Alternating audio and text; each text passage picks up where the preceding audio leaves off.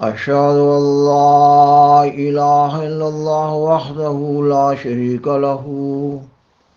وأشهد أن محمدا عبده ورسوله أما بعد فأعوذ بالله من الشيطان الرجيم بسم الله الرحمن الرحيم سامعین و ناظرین کرام، السلام علیکم ورحمۃ اللہ وبرکاتہ۔ گزشتہ پروگرام میں بیان کیا گیا ہے کہ آپ نے کئی دفعہ پاکستان کے فوجی عامر جنرل ضیاء الحق کے عبرتناک انجام کا قصہ سنا ہوگا اور پڑھا ہوگا۔ اس لیے اگر یہ کہا جائے کہ آج کے پروگرام میں ضیاء الحق کے عبرتناک انجام پر بات کی جا رہی ہے تو شاید آپ کے دل میں یہ خیال گزرے کہ یہ تو جانی پہچانی کہانی ہے، اور شاید آپ اس کہانی کو سننا نہ چاہیں، لیکن اگر اس کہانی میں ہونے والے واقعات کو ترتیب کے ساتھ بیان کیا جائے، غور سے سنا جائے اور سمجھا جائے تو ضیاء الحق کا عبرتناک انجام دل و جان پر کب کبھی طاری کر دینے والا اللہ تعالیٰ کے قہری نشان کا ایک عظیم واقعہ قرار پاتا ہے، اور ایک انسان بے ساختہ پکار اٹھتا ہے کہ ایسا ہوتا ہے خدا تعالیٰ کا قہری نشان۔ گزشتہ پروگرام میں پاکستان کے فوجی عامر جنرل ضیاء الحق کی جماعت احمدیہ کے خلاف اذیت رسانیوں کا حال اس کے برسر اقتدار آنے کے بعد، یعنی 1977 سے 1984 کے صدارتی آرڈیننس نمبر 20 کے نفاذ تک بیان ہو چکا ہے۔ یہ کہ پاکستان کے فوجی عامر جنرل ضیاء الحق نے صدارتی آرڈیننس نمبر 20 کے نفاذ کے بعد خلافت احمدیہ اور خلیفہ وقت پر ہاتھ ڈالنے کی ناپاک کوشش کی، اور سیدنا حضرت خلیفۃ المسیح الرابع رحم اللہ تعالی اس ناپاک سازش کو پاش کرتے ہوئے 30 اپریل 1984 کو پاکستان سے انگلستان ہجرت کر آئے۔ اس پروگرام کے ذریعہ اس مضمون کو آگے بڑھایا جا رہا ہے۔ سیدنا حضرت مسیح موعود علیہ السلام اپنی ایک فارسی نظم کے ایک شعر میں بیان فرماتے ہیں: اے آن کے سوئے من بدویدی بستبر بترس از باغ ما من شاخ مسمرم، یعنی یہ کہ اے وہ جو میری طرف سینکڑوں کلہاڑی لے کر دوڑا آ رہا ہے، باغبان سے ڈر کیونکہ میں ایک پھلدار شاخ ہوں۔ خاکسار بیان کرتا ہے کہ جماعت احمدیہ کی تاریخ شاہد ناطق ہے کہ جماعت احمدیہ کی زندگی پر یہ شعر پورے طور پر صادق آتا ہے۔ اللہ تعالیٰ اپنے ہاتھ سے لگائے ہوئے پودے کی خود حفاظت کرتا ہے۔ خاکسار مضمون کو آگے بڑھاتے ہوئے بحوالہ اخبار روزنامہ مشرق ایوننگ اسپیشل کراچی 8 دسمبر 1984 بیان کرتا ہے کہ جنرل ضیاء نے 8 دسمبر 1984 کو قومی سیرت کانفرنس میں جماعت احمدیہ کی طرف اشارہ کرتے ہوئے کہا: میں ان تمام لوگوں کو جو غلط راستے پر ہیں دعوت دیتا ہوں کہ وہ کلمہ پڑھیں، اسلام کی صفوں میں شامل ہو جائیں، ختم نبوت پر ایمان لے آئیں اور قرآن پاک کو اللہ تعالیٰ کی آخری کتاب سمجھیں۔ اگر یہ لوگ ایسا کر لیں تو میں انہیں سینے سے لگانے کے لیے تیار ہوں۔ نیز کہا: ملک میں اقلیتیں محفوظ ہیں لیکن مشرکین کے لیے کوئی گنجائش نہیں۔ خاکسار بیان کرتا ہے کہ جماعت احمدیہ پر جنرل ضیاء الحق کے مذکورہ الزامات انتہائی گندے، جھوٹے، بے بنیاد اور بلا دلیل ہیں۔ ملک کے سربراہ کی طرف سے ایسے الزامات لوگوں کو احمدیوں کے خلاف قتل و غارت پر اکسانے کے مترادف ہیں۔ ظاہر ہے کہ جنرل ضیاء الحق یہ سب کچھ اپنے ناجائز، غاصبانہ اور ظالمانہ اقتدار کو طول دینے کے لیے کر رہا تھا۔ سامعین و ناظرین کرام، سیدنا حضرت خلیفۃ المسیح الرابع رحم اللہ تعالی نے ضیاء الحق کے ان مذکورہ جھوٹے الزامات کے رد عمل میں 14 دسمبر 1984 کو مسجد مبارک ہالینڈ میں ایک باطل شکن اور جلالی خطبہ دیتے ہوئے فرمایا،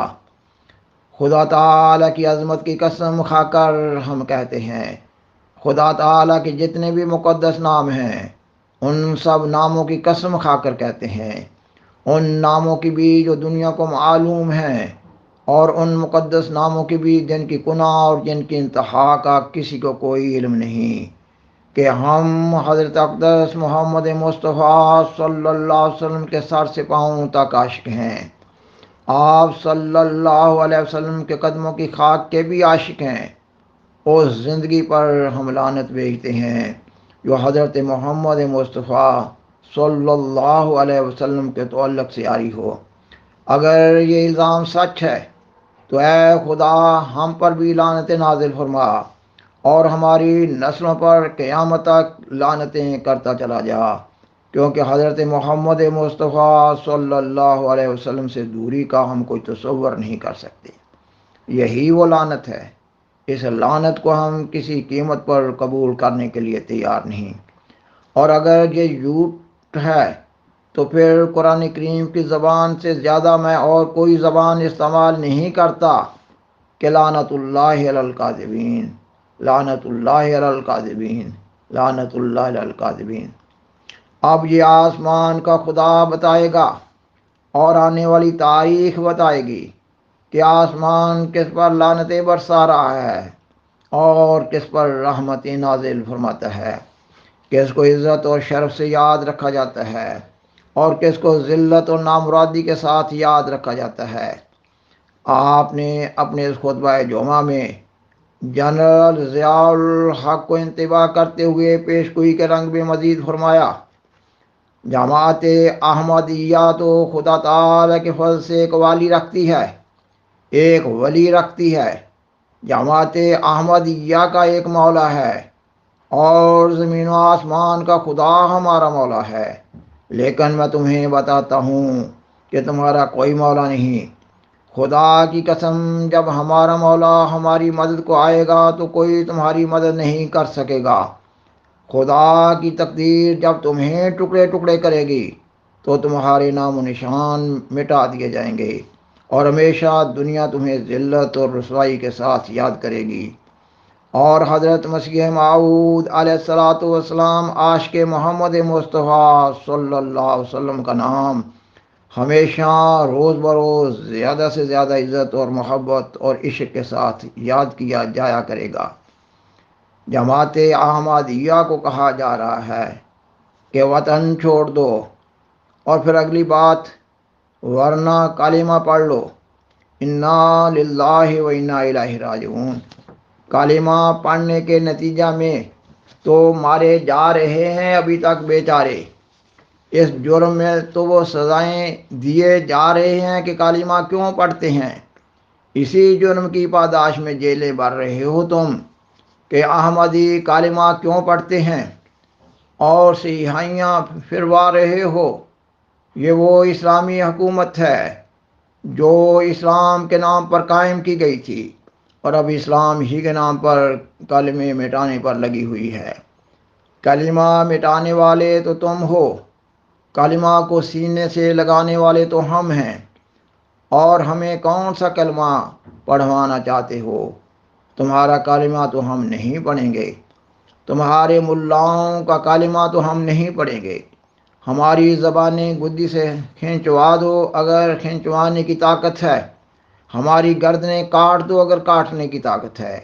ہمارے اموال تلف کر دو اگر تلف کرنے کی طاقت ہے، مگر خدا کی قسم محمد مصطفیٰ صلی اللہ علیہ وسلم کا کلمہ پڑھیں گے اور تمہارا کلمہ نہیں پڑھیں گے۔ ایک بھی احمدی ماں یا بیٹا نہیں ہے، ایک جوان یا بوڑھا نہیں ہے جو محمد مصطفیٰ صلی اللہ علیہ وسلم کے کلمہ کو چھوڑ کر کسی صدر مملکت، کسی سربراہ حکومت کا کلمہ پڑھ لے۔ اس لیے ان سے کلمے پڑھواؤ، ان کو چھاتیوں سے لگاؤ، جس کو تمہاری چھاتیوں سے لگنے کی پرواہ ہے، جو مرتے ہیں کہ کسی طرح تمہاری چوکھٹ تک پہنچیں اور سجدے کریں تمہاری حکومت کو۔ ہمیں تو ان چھاتیوں کی کوئی پرواہ نہیں جن چھاتیوں میں بھی جھوٹ ہے، جن چھاتیوں میں بغض ہے، جن چھاتیوں میں کوئی انسانی قدر باقی نہیں رہی۔ ہم کیسے محمد مصطفیٰ صلی اللہ علیہ وسلم کے غلام کی چھاتی کو چھوڑ کر تمہاری چھاتی سے لگنا گوارا کریں۔ سامعین و ناظرین کرام، یہ مضمون ابھی جاری ہے، آئندہ کے پروگرام میں اس کو آگے بڑھایا جا رہا ہوگا۔ بالآخر درخواست ہے کہ برائے مہربانی اس پروگرام کو دوسروں سے شیئر کریں اور حضرہ کرم اس چینل کو سبسکرائب کریں۔